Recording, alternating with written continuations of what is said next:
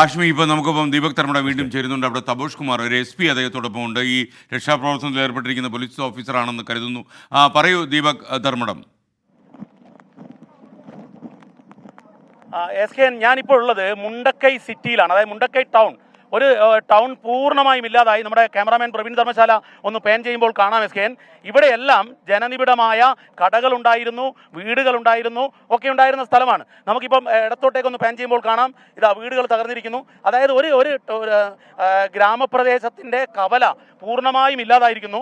ഇവിടെ പോലീസിൻ്റെ ഓപ്പറേഷൻ ആദ്യമായി എത്തുന്നത് SOG, അതായത് SKN, ഈ നക്സൽ ഓപ്പറേഷന് വേണ്ടി, മാവോയിസ്റ്റ് ഓപ്പറേഷന് വേണ്ടിയുള്ള ചുമതലയുള്ള തീവ്രവാദ ഭീകരവിരുദ്ധ സേനയാണ്. അതിൻ്റെ SP ആണ് തപോഷ്.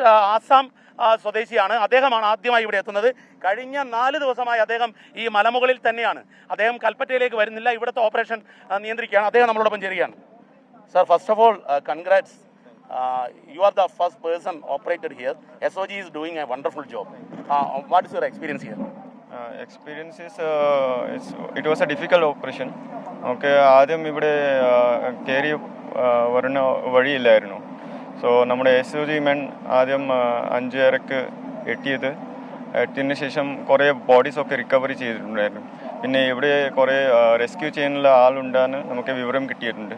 സോ വേറെ വഴിയൊന്നും ഇല്ലാത്തത് കൊണ്ട് ഈ മുണ്ടക്കൈ അപ്പുറത്ത് പോയിട്ട് ഒരു സ്ലിതറിങ് അങ്ങനെ മങ്കി റോപ്പൊക്കെ വെച്ചിട്ട് അവർ ക്രോസ് ചെയ്തു.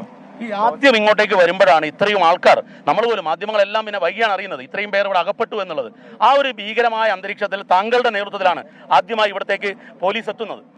SOG ടീമാണ് എത്തുന്നത്, നമ്മുടെ കമാൻഡോസ് ആണ് എത്തുന്നത്. ആ ഒരു സംഭവം ഒന്ന് വിവരിക്കാം. അതെ, സോ വേറെ വഴി ഇല്ലാതെ കൊണ്ട് നമുക്ക് റോപ്പൊക്കെ ഉപയോഗിച്ചിട്ട് നമുക്ക് ഏറ്റവും മേലെ പോയിട്ട് ഒരു മുണ്ടക്കൈയിൽ ഏറ്റവും മേലെ പോയി നമുക്ക് ഈ ഭാഗത്ത് വന്നിട്ടുണ്ട്. അതിനുശേഷം ഇവിടെ ഒരു റിസോർട്ടിൽ കുറേ ആൾക്കാർ നമ്മൾ കണ്ട്, പിന്നെ ഇഞ്ചേർഡ് ആയിട്ടുള്ള ആൾക്കാർ കണ്ടിട്ടുണ്ടായിരുന്നു ആദ്യത്തെ ദിവസത്തിൽ.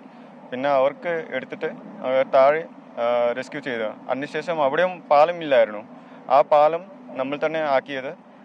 വേറെ വഴിയില്ലാതെ കൊണ്ട് കുറച്ച് റോപ്പ്, പിന്നെ ആർമിയുടെ സഹായത്തോട്ട് ഒരു ലാഡർ, പിന്നെ കുറച്ച് തറിയൊക്കെ വെച്ചിട്ട് ബ്രാഞ്ചസ് വെച്ചിട്ട് നമുക്ക് ഒരു ആ പാലമായിരുന്നു ആദ്യത്തെ രക്ഷാ പാലം. അതെ അതെ അതെ അതിനു വേണ്ടി അത് വെച്ചിട്ട് നമുക്ക് കുറച്ചുകൂടി രക്ഷപ്പെട്ടാൻ എളുപ്പമായി, കുറച്ച് സ്പീഡായിട്ട് ചെയ്യാൻ പറ്റുമായിരുന്നു. അങ്ങനെ ഒരു കണക്കിൽ ഇപ്പോഴും ഈ മണ്ണിൽ നമ്മളിപ്പം നിൽക്കുന്ന ഈ മണ്ണ് ചളി ഇങ്ങനെ കാല് കൊണ്ടുപോകുന്നതാണ്. ഇതിനടിയിൽ മനുഷ്യ ജീവൻ ഉണ്ടാകണമെന്നില്ല, മനുഷ്യ ശരീരങ്ങൾ ഉണ്ടാവാൻ സാധ്യതയുണ്ടോ?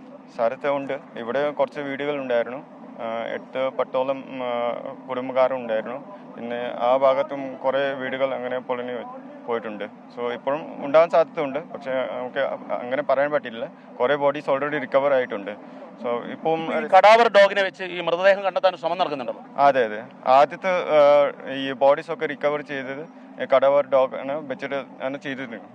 സോ ഇപ്പോഴും അങ്ങനെ കടാവർ ഡോഗ് പല സ്ഥലങ്ങളിൽ 6 സോൺ അങ്ങനെ ഡിവൈഡ് ചെയ്ത് ഇപ്പോൾ പല സ്ഥലങ്ങളിലും കടാവർ ഡോഗ് പോയിട്ടുണ്ട്. അങ്ങനെ വെച്ചിട്ട് ഇപ്പോഴും റെസ്ക്യൂ സെർച്ച് ഒക്കെ നടക്കും. ആക്ച്വലി താങ്കൾ ഒരു ഭീകരവിരുദ്ധ സേനയുടെ മേധാവിയാണ്, പക്ഷേ ഇവിടെ താങ്കൾക്കുള്ള വേറൊരു ടാസ്ക്കാണ്. അതെ, റെസ്ക്യൂ ഓപ്പറേഷൻ നമ്മൾ അങ്ങനെ ലാസ്റ്റ് ഫ്ലഡിലും ചെയ്തിരുന്നു.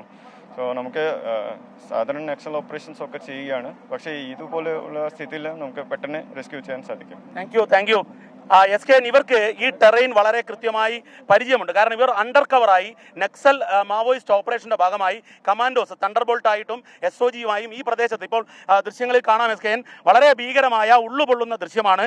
ഒരു വയനാടൻ ഗ്രാമം ആകെ ഇല്ലാതായി നിലംപരിശായി ഒലിച്ചുപോയ കാഴ്ചകളാണ് നമ്മുടെ ക്യാമറാമാൻ പ്രവീൺ ധർമ്മശാല ഇപ്പോൾ തത്സമയം തന്നുകൊണ്ടിരിക്കുന്നത്. കാഴ്ചകൾ വീണ്ടും നമ്മളെ വേദനിപ്പിച്ചുകൊണ്ട് ആവർത്തിക്കുകയാണ്. ആ കാഴ്ചകൾ തന്നെ കാണുകയാണ് നമ്മൾ ഈ ദിവസം.